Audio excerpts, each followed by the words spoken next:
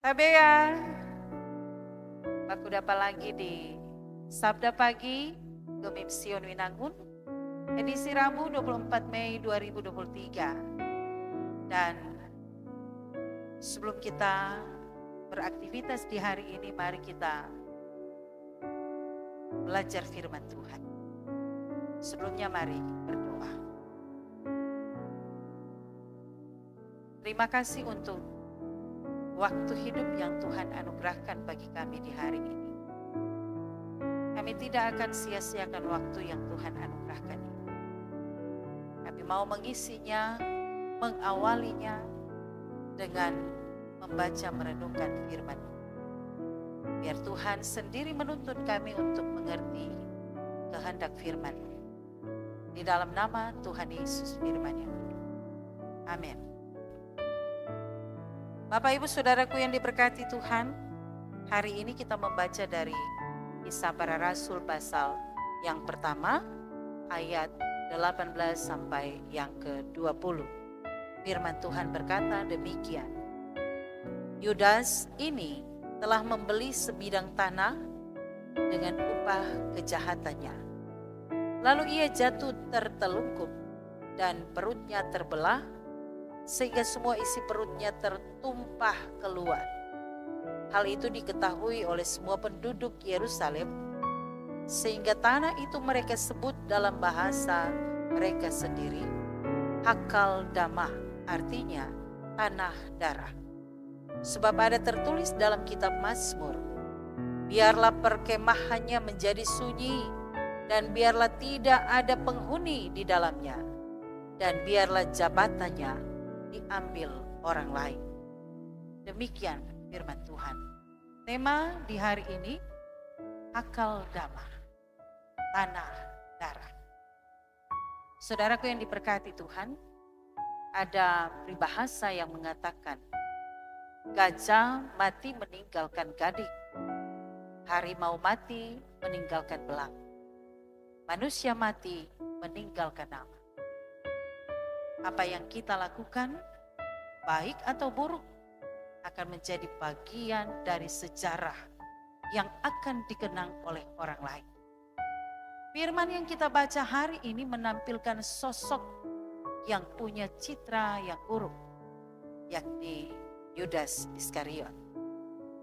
Tergambar di sini bahwa ia mati secara mengenaskan di tanah yang disebut orang Hakal Damah atau tanah darah. Disebut demikian sebab di situ darahnya tertumpah, isi perutnya tertumpah keluar. Tanah itu dibeli Yudas Iskariot dari hasil menjual Yesus. Ketidaksetiaan dan pengkhianatannya berujung sedih, bahkan mengerikan. Hal ini memberi peringatan bahwa uang, ketamakan, ketidaksetiaan dapat membuat orang menjual Yesus Kristus dan ajaran-ajarannya. Menjual Yesus Kristus dan ajaran-ajarannya adalah tragedi terbesar. Hakal Damah adalah analogi bagi pengkhianatan yang terjadi itu. Tragedi itu berakhir dengan kematian yang mengerikan. Dan namanya Yudas Iskariot dihapus dari kitab kehidupan warga kerajaan sorga. Saudaraku yang diberkati Tuhan, pada masa ini ada banyak bentuk pengkhianatan dan tragedi, dan hal tersebut mendatangkan duka dan menuai tangisan. Ini bukanlah kutukan, melainkan akibat dari perbuatan sendiri. Namanya hukum tabur tuai.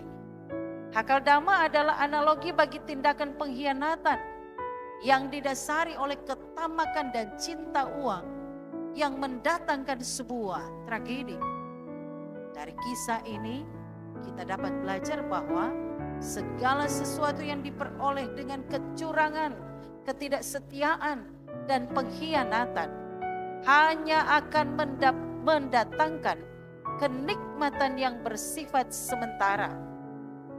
tidak akan mendatangkan berkat dan kebahagiaan, serta berakhir dengan tragis. Hakal damar menjadi peringatan keras bagi kita untuk belajar melepaskan ketamakan dan ketidaksetiaan. Tidak ada hasil yang manis dari perbuatan tamak. Sebaliknya, orang yang taat, tekun, setia hidupnya selalu berakhir dengan sukacita di dunia, bahkan di akhirat. Amin. Mari saudaraku kita berdoa. Terima kasih untuk firman-Mu ya Tuhan, mengingatkan lagi kami supaya kami tidak hidup mementingkan diri kami, keinginan kami, keakuan, keegoan kami.